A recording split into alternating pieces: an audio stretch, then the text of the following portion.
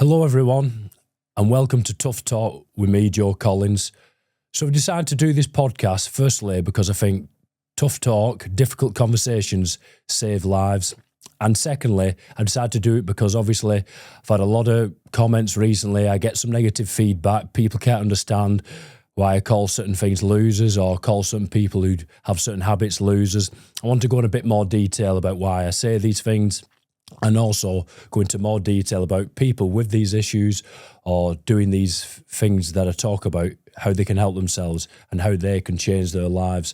So this first podcast is about cocaine use, why I say it's for losers, go into Ibiza, Warehouse Project, as I mentioned on my clips. I have the opinion it's for losers, and also how anyone who is struggling with them issues, drug use, alcohol use, can change their lives. So firstly, my own story, which I believe to talk about these things, you need to have your own story to say that you've been through them and come out the other side of them. I'm lucky that I have. I'm now 8 years sober of drink and drugs, and it was the best thing that ever happened to me. But my own story starts after I packed in playing rugby. There's a big drink culture as being a rugby player, especially in Wigan. And after I finished playing, I not dealt with things that are going on in my career and how I'd ruined my own dreams of being a professional sportsman. And after this happened, after I got let go by witness, I started going out drinking again. And because I was upset with myself, as I've spoken in other podcast talks, that I'd messed my career up because of certain things that gone on, being jumped by friends that I'd led to spiral in my own career. I'd not dealt with them.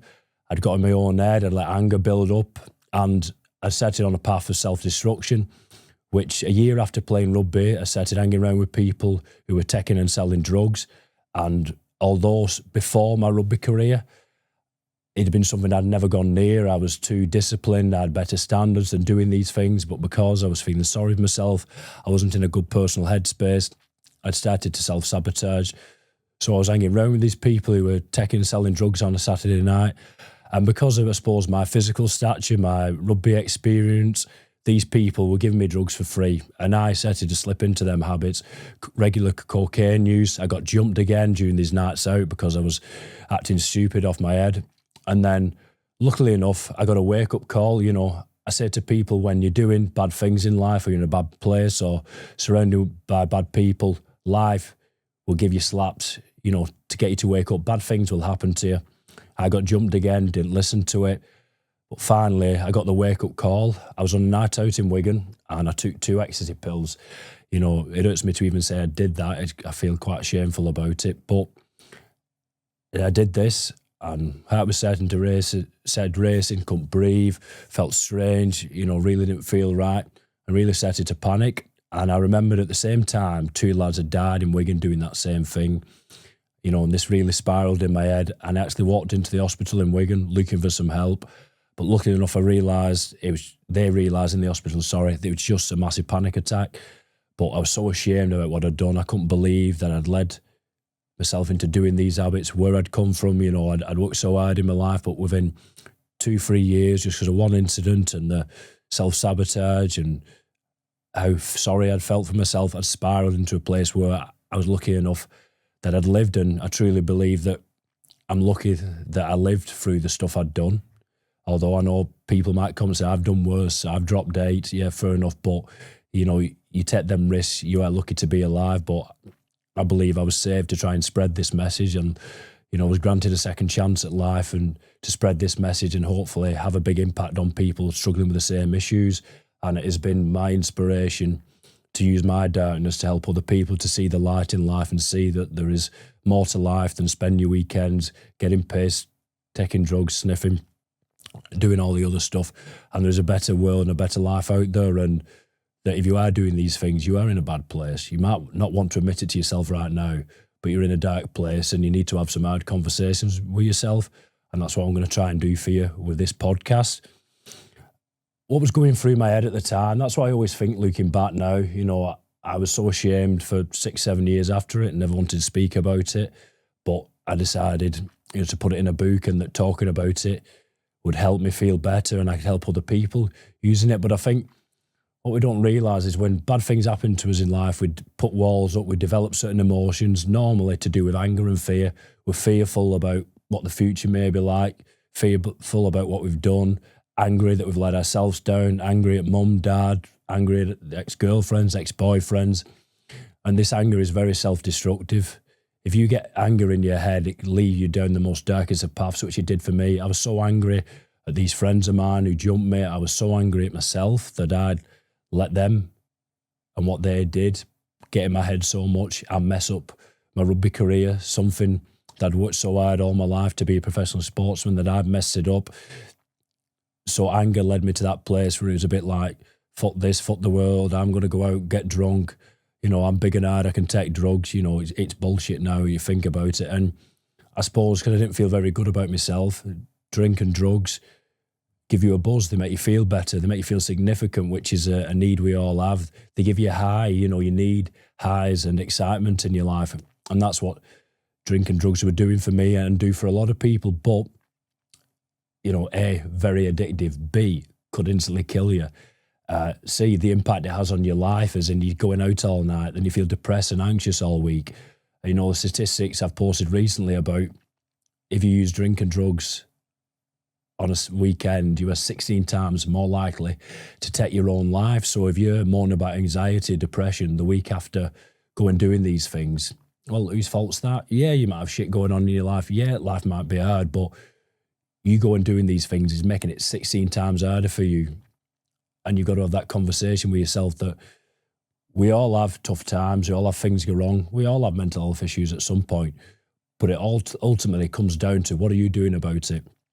Are you doing things that make yourself feel better, going to the gym, walking, surround yourself with positive people? And if you do them things, your life will get easier and things will get better.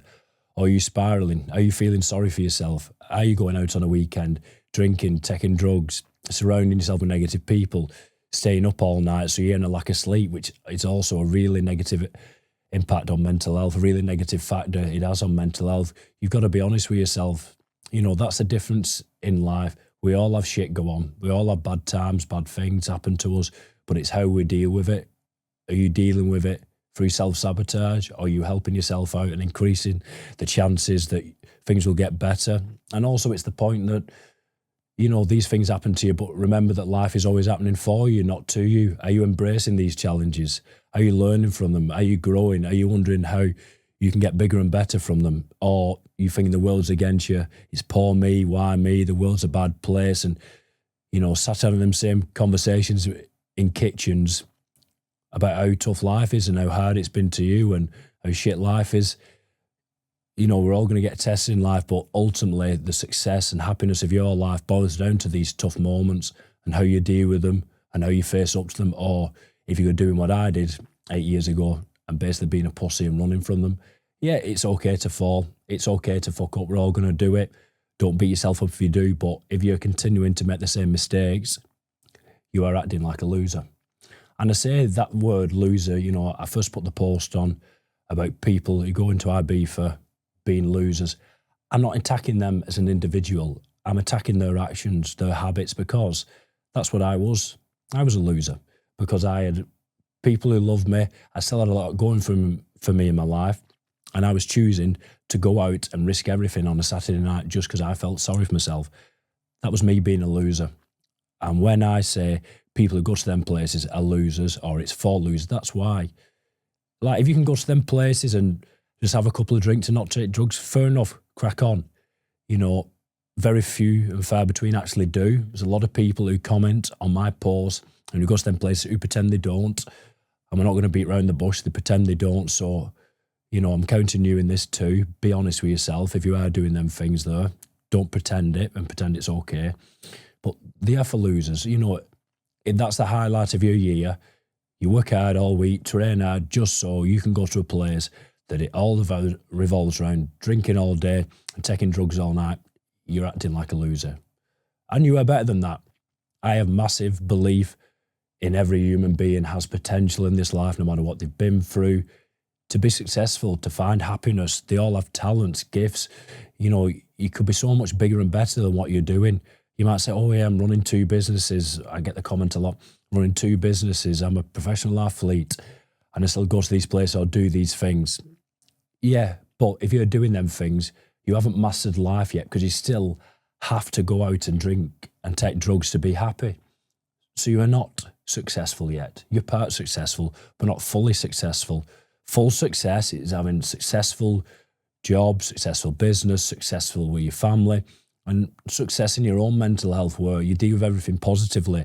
You have positive habits you enjoy at the weekend that don't have a negative impact on you. And ultimately, don't fucking kill you or have the chance they might kill you, which drugs do. And don't drink something which is a poison and depressant, which drink does.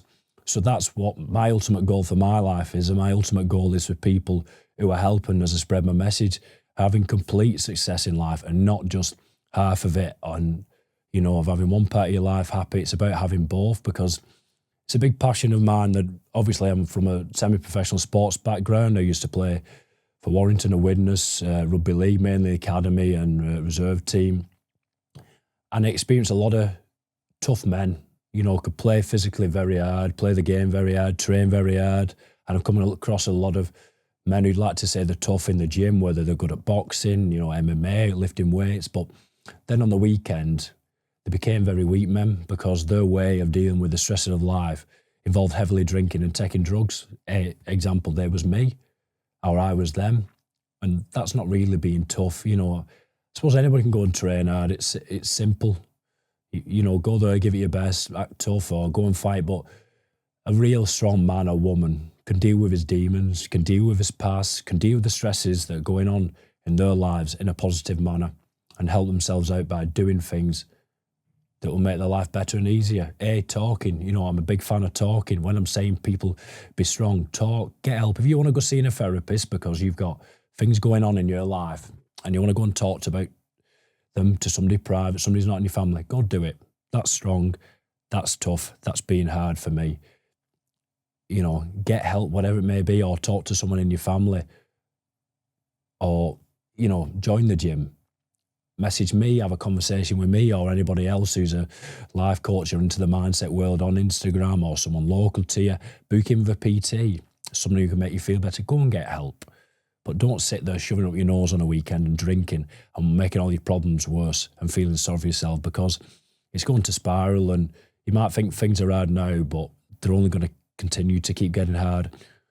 And one day, a lot of people pretend they're happy and they're okay in an okay place and doing these things, and think it's about control. That's another question I get. If you can go out and have a bit of coke on a weekend and go for your week, it's fine. No, it's not fine, because one day shit's going to hit the fan in your life. What are you going to turn to? The coke and the drink. I've done a lot of work recently in the last year at the Homeless Shelter, the Brick in Wigan, and it was a massive learning curve. And I always say this to people who talk about just using it on a weekend being okay.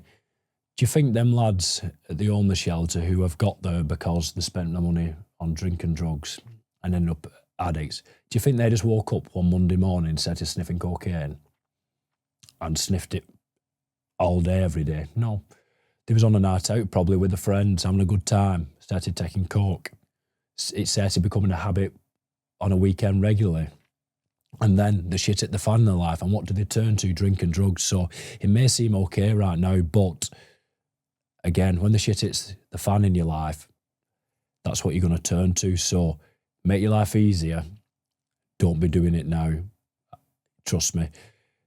It's a dark place to be in, especially if you start using it and carry on using it when things get hard. It's going to spiral you a lot faster. As I say, increasing the chances of you taking your own life and suicide. Even drink does. So make your life easy for yourself and cut it out now. So I'm going to go on to some questions I get asked regularly, or some questions I think people might want to ask about, cocaine, how to get over addiction. How bad is the cocaine problem in society? I do think it is the biggest problem we have with mental health right now.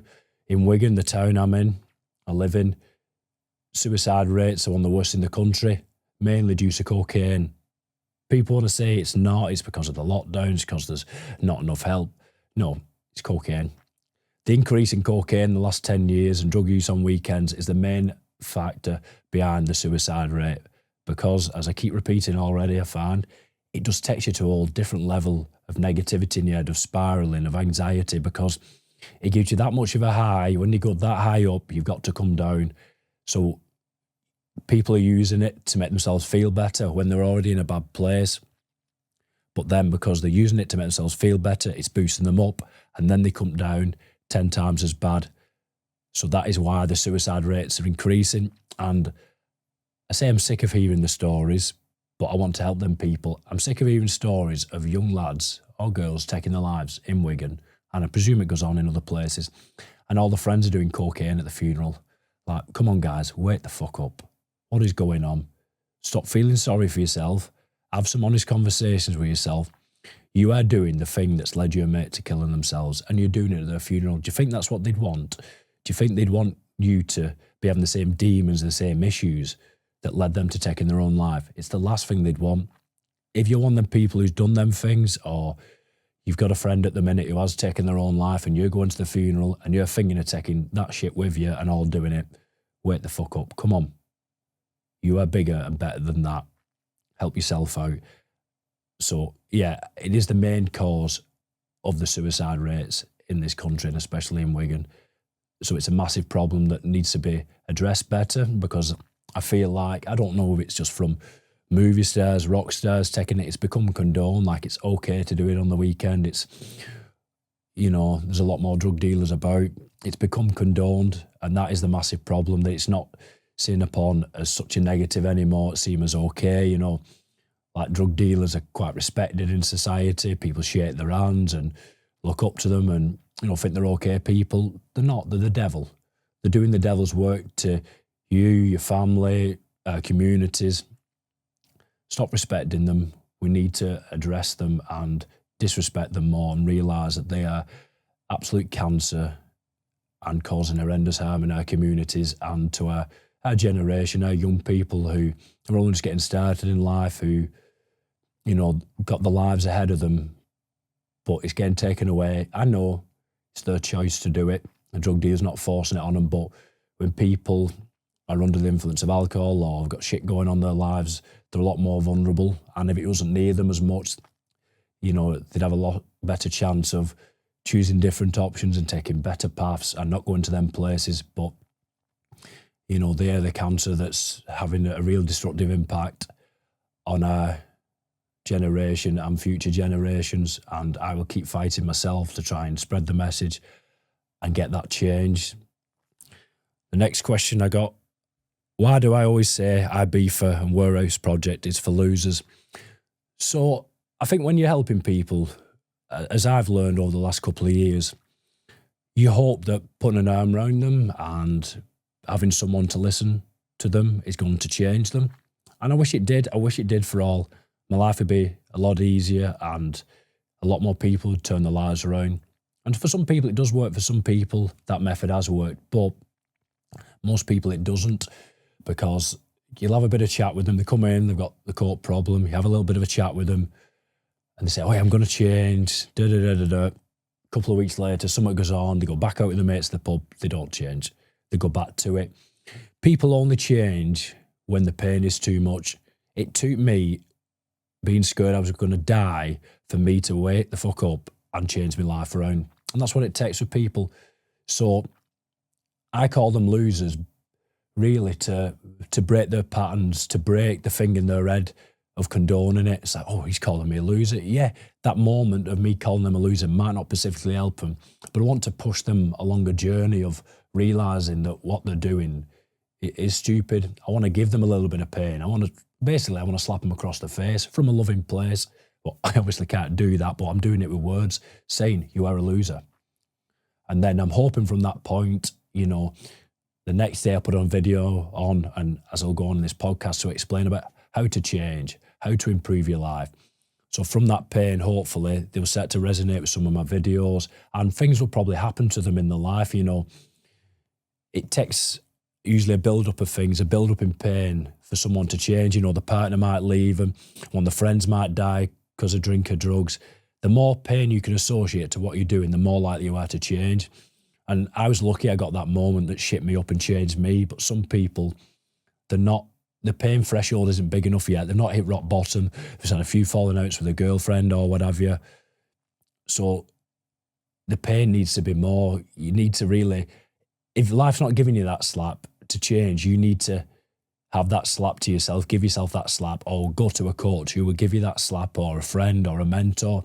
And that's what I'm trying to do to you. I'm trying to make you realise what you are doing is A, ruining your life, B, could kill you, C, it's ruining everything around you, and you are being a loser. So the more pain I can try and put across in my message to try and coach you, the better chance you have of changing. And also, it's not done for likes. My message isn't about me. The only thing I get from it is the personal growth of challenging myself to get better at helping people, to speak in front of hundreds of people, and the personal growth of facing up to my fears and using my past to have a positive influence on the world. It's not about likes, but what it also is getting attention to my message, because I suppose Instagram's that popular now. There's so many people posting, it's all the same message. And I need people to see my message. I need to scream it from the rooftop so people can see that it's there. And then they can get to see the other things I post about how to change and how to become better, so that, there is a bit of that to it, because I need people to see it. And it's a message. I can't sit and wait around for 5 years for people to realise I'm here and I can help people and what I've done, of how I've turned my life around. People need to hear it now, because things have got to change soon. Can't carry on down this path we're going down of so many young people killing themselves. And it's just become the norm. It's like, oh God, another young person's killed themselves, instead of everybody going, what the hell's going on? Young people are killing themselves at fun in Wigan. What are we going to do? How are we going to change this? And everybody like, we've got to sort this shit out. It's just become, oh, how sad, another young person's killed themselves. When our communities and people lead you like, what the fuck is going on? What are we going to do about this? We need it to change. So I'm not waiting around for anything to happen. I'm taking upon myself to scream and shout, make as much noise as possible, and get attention to the message and get people changed, because, I love people and I don't want to see this going on. 4 friends, I'm 30 now, 4 friends I know have killed themselves. That shouldn't be the way it is. That shouldn't be life. Things have got to change, and I'm just going to empty the tank in doing that. Annoy some people on the way, yeah, but I'm not bothered. It's about them people I help and them people who are still sat around with the family because of what I've done. So my answer on that one. How did I stop using, and how do other people break free from their addiction? I suppose I've already touched on it. I had that moment that scared me, and I associated as much pain as possible. So I thought, like, God, if I use it again, what could happen? Could I die? The thought of my mum and dad going to my funeral because I was using drugs when they gave me everything growing up. They looked after me, put all the time, money and effort into me. And they went to my funeral at 20 because I was using drugs. I can't even describe that thought, but that's what I did to myself. I thought, like, what impact did it have on other people around me? People who loved me, cared about me. And that's another good tip. If you're struggling to change for yourself, think about the impact you're having on other people who love you, girlfriend, boyfriend, mum, dad, brothers, sisters, friends. What would their life be like without you? Because I know you might feel worthless when you're in a bad place, but I guarantee you there's at least one person or a couple of people in this world that without you here, their life would be a lot worse, and you would break their hearts if you didn't sort your shit out. So have a think to yourself about the impact you can have on others, because, my friend texted me. I told one friend when I'd done what I'd done and had the scare, and he said, mate, your mum wouldn't sleep at night if she knew what you was doing. And that really hit home. So that's a big point to think of. Again, just associate as much pain as we possibly can, pain in the past, the pain it's caused you, the fallouts at home, the money you've spent, the anxiety you've had, the pain right now, the pain of,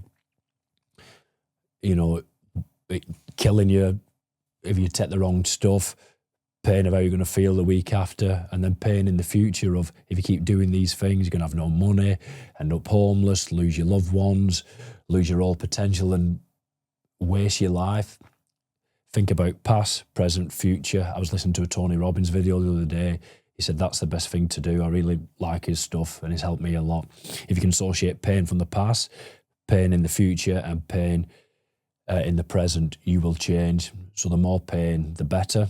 But also, you've got to replace it with a new habit. So you can't just stop using on a weekend and then sit there on the couch bored on a Saturday night or bored throughout the week.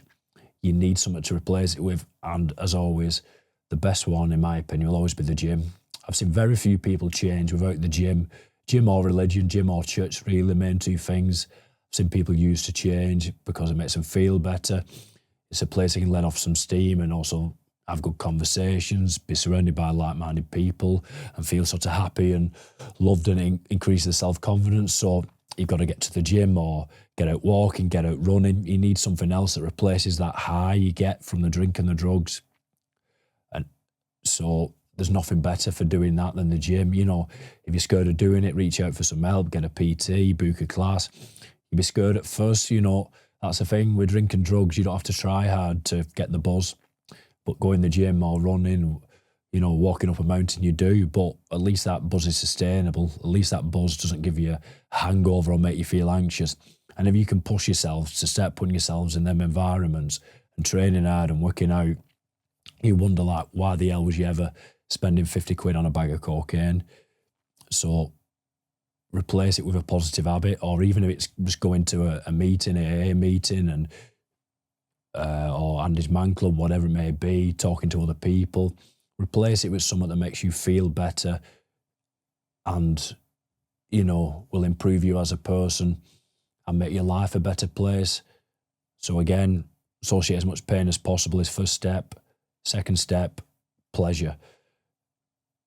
You know, putting a new habit in your lifestyle, in your routine, that will conquer the bad habit, make you feel better, give you a new focus, give you a new sense of purpose, and sit down and write out what pleasure and what excitement that new habit could bring to you in your life. Think about how much more confident it's going to make you feel, which again will make you feel more confident on holiday with your body shape and how you look, which then attracts better partners into your life, which then, you know, gives you a happier life, which then also being physically fitter and stronger gives you more confidence in your business and your career. So you have better job opportunities. People respect you more as you look after yourself. So, you know, spend some time thinking about all the positive impacts that new habit, because the more pleasure you can associate with that new habit, the more likely you are to stick to it and get through them tough times at the start of the new habit. And then once you get through them tough times at the start, once you're actually rolling, you'll see all these positive impacts take place in your life, you know, and your life will become so much more exciting and you'll be so glad you stopped doing the shit you was doing. So that'd be my tips for that. Who helped me change? So I suppose when I go back to my drink and drug problems, I wasn't really telling many people. I had one friend who knew, and he's the one who kicked me up my backside and said, imagine what your mum would say if she knew what you was doing. So I suppose I had one friend there, but then there's been many other friends along my journey who've, I'd say, helped my life become in a better place. And, you know, I had big stresses when I stopped drinking of, like, what do I do on a weekend? Am I going to have any friends to spend time with? Because, you know, in England, our society, especially men, is drink on a weekend, work hard all week, get pissed on a weekend. So I spent a lot of time alone, to be honest, at the start, on weekends, you know, and was really concerned that was going to be my life. But, you know, I thank God that I've had some blessings from unexpected places, and now my weekends don't involve drink, and I have some really good weekends. You know, I hang around with a lot of people now who are from different parts of the world, you know, mainly Kurdistan, northern Iraq, and they don't drink. So I don't have to worry about going out and being around drink on the weekends. And we go to different places for food. We go to the Curry Mile, Rush Home in Manchester, if anyone's ever heard of it. And I find that really exciting. As I said, you need excitement in your life. You need things to look forward to, but it's got to be positive. And now I get a real buzz out of going to restaurants from parts of the world I never thought I'd go to a restaurant from, and meeting different people from parts of the world I never thought I'd experience in my life. And I feel very lucky and blessed that I've got them people in my life, and that I don't have to worry about not drinking on a weekend, and I'm not an outsider for not drinking. I don't have to deal with all the shit comments of why you're not drinking, don't be a pussy, what's up with your type of stuff. I don't need to be in them environments. I sat there being sober and people are chewing my ear off because they're drunk. I can go to places and have good weekends and just enjoy food, or just go and see different places and have different conversations about interesting stuff. So if you go on this journey of stopping using on a weekend or stopping drinking, there will be some tough times. You might feel a bit lonely for a bit, but if you keep putting them positive actions in, if you keep pushing yourself to be in good places around yourself, in places where positive people will be, you'll attract good things. The old thing, law of attraction. If you're thinking negatively, acting negatively and feeling sorry for yourself, you're going to attract some people in your life that are going to help you drag yourself down faster. I did. And it's so hard to get yourself out them places if everyone around you is doing the same shit. But the other side of it is, if you're acting positively, if you're pushing yourself, if you're trying to achieve things in life, trying to be a nice person, the world or the universe is going to send some positive people to you to help you, to make life easier, to give you social things to do, to give you help when you still need it, to lift you up on the days you can't be asked. Go in the gym, days you want to quit, the days you feel like slipping back to the bad habits. If you can fight for yourself, the world will help you out. But if you quit on yourself, the world's probably going to kick you down faster. So, you need to get them positive people around you and make life a bit easier for you, because that has helped me. Them people have helped me make my life a better place. Even though a lot of them came into my life after the troubles, they've helped make my life a better place and helped me rebuild my life from all the shit I did. What should someone do if their friends are using? Sorry to not beat around the bush and not give you an easy answer. Fuck them off. You've no chance. If you're still hanging around with them people and still sat in that same environment on a Saturday and you're trying to stop using, you're going to carry on using. I always use the phrase, it's like clean your teeth. If you clean your teeth at night, been doing it that long, you don't even have to think about it. You pick the toothbrush up, clean your teeth, you can't remember what you did. If you've been using, you've been drinking in the same pubs around them same people at the weekend, and you try and stop, and you go back and sit with them same people in the same places, you will use it without your brain even having to think about it. Your brain, when you do something often, speeds things up, so it does it without you thinking about it, to save time and energy. So to change, you're going to have to get rid of them friends. You're going to have to not be in them environments and be in some new environments. You've got no chance about it. Willpower will not break it if you're in them environments. The first tip is always break the environment, go to different places, be around different people, and then willpower will come into place. The willpower of not going to them places, but willpower will not work if you're still hanging around them same people. You've got to push yourself to get away from them. And if they keep mouthing you to come out, they call you a boring bastard for not coming out, tell them to do one. Don't be scared. I don't care how long they've been your friends for. I don't care if you went to nursery with them. I don't care if your mums are friends, if they've been your best mates since day one. If you're trying to give up that shit and they're not helping you and they are trying to drag you back into it, they are not your fucking friends. And you need to be honest with yourself about that and fight for yourself and believe in yourself that you are better than hanging around with that shit and that you deserve to have some good friends and good people in your life. Have some honest conversation with yourself, look in the mirror and say, I'm not going to fucking give in. I'm not going to let them people drag me down. I'm going to fight myself and I'm going to go out there. I don't care how long it's going to take me, whether I might be lonely at first. I'm going to put myself in a better environment. I'm going to fucking go and make it happen and get some better people in my life. It's not going to work otherwise if you can't. I've had to do it. Yes, it's tough, but again, think of the rewards on the other end of it. Think of what it'd be like when your life's in a better place, you're feeling physically more confident, you've got better business opportunities, you're having better times that don't involve drinking drugs, you've got more money to spend on good things, and you're just in such a better place from all the decisions you've made. Don't think about now. Fast forward it and realise to yourself how much worth it it's going to be when you make them decisions in 6 months' time, a year's time. It will always be worth it if you can be hard and honest with yourself and work hard on yourself. The rewards always come. They're not guaranteed to come by a certain time, but one day, I promise you, they will come. Do not give up on yourself. Keep fighting for yourself. And if you're struggling with addiction, I'm always a message away. I'd love to help you. I can help you change too, and I really hope this has had a positive impact on you. It'll give you some ideas about how to change, and I will keep spreading that message. And if you've listened to this podcast, I really thank you for listening and hope you're taking something away from it all. And I look forward to hopefully seeing you again on another episode of Tough Talk. Thank you.